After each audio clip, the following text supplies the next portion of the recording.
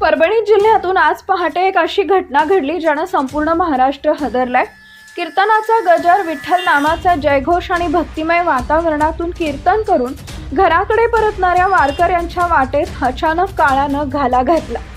परभणी जिंतूर महामार्गावर झरी गावाजवळ मध्यरात्री 1 ते 2 वाजताच्या सुमारास दुचाकी आणि कारचा भीषण अपघात झाला आणि या अपघातात 3 वारकऱ्यांसोबत जे काही भयंकर घडलंय ते ऐकून तुमच्याही अंगावर काटा येईल।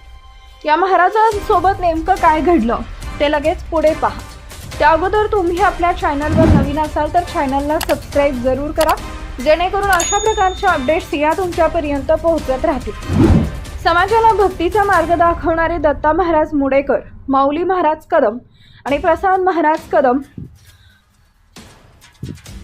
परभणीतील पिंपळा गावात कीर्तन आटोपल्यानंतर तिघेही आपल्या बोर्डी गावाकडे दुचाकीनं निघाले होते। रात्र शांत होती, रस्ता मोकळा होता, पण झरी गावाजवळील लोअर दुधना डाव्या कालव्याजवळ अचानक समोरून आलेल्या कारनं त्यांच्या दुचाकीला जोरदार धडक दिली।